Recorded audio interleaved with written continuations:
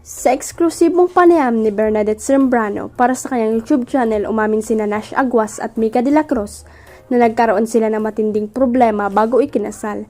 6 na taon daw silang naging magjowa at may pagkakataon na nag-break sila. Sabi nga ni Nash, surprise, hahaha. Sabi ni Bernadette, nag-break sila ng 6 na buwan, bakit hindi nyo sinabi sa ibang tao na nag-break kayo? Usually, masishare mo yun sa friends, diba? Mabilis na sagot ni Nash, hindi naman po kasi kami sa kanila. Nakipag-break kaming dalawa lang kaya why we include other people?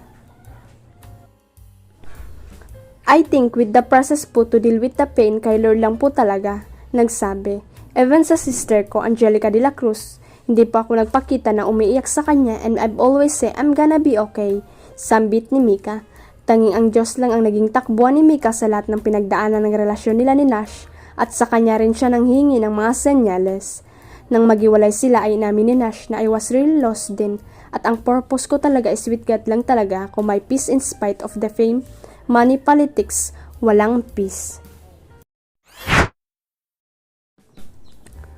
Naloka at nagalit ang mga fans ng super P-pop group na SB19 matapos laitin ng isang content creator ang isa sa mga miyembro nitong si Stel Adjero. Niresbaka ng mga 18s tawag sa fan group ng SB19 ang vlogger na si Stella Sal dahil sa pagtawag nito kay Stel ng pangit sa isa niyang Facebook post. Nag-post si Stella ng throwback photos ng Stel na may caption na pangit na siyang ikinabad trip ng mga fans ng SB19 member. Nakatikim ng masakit na salita ang content creator mula sa mga 18. Pero salip na manahimik at bawiin ang kanyang hate comment kay Stel, pinanindigan pa rin niya ang kanyang sinabi. Pero totoo naman, diba, pangit siya pero natatakot lang kayo magsalita. After a while, binura rin ni Estela ang kanyang post, pero humirit pa rin.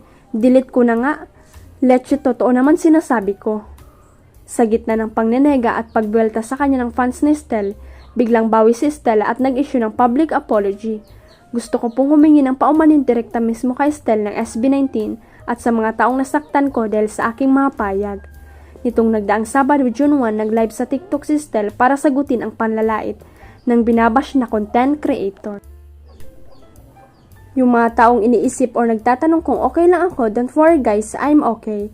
Sobrang busy lang talaga, tsaka di naman ako nasaktan, to be honest, simulang pagbabagi ng SB19 member.